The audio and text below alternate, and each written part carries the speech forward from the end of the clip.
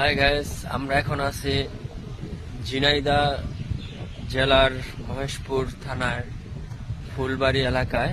একটা ফার্ম এলাকা আমরা আপনারা দেখতে পাচ্ছেন। বাংলাদেশে প্রায় আমার জানা মতে মোটামুটি খুব বড় একটি বট গাছ এখানে আছে। আপনারা যদি দেখাই আপনাদের দেখতে পারবেন বট গাছটি আমি দেখাচ্ছি আপনাদের।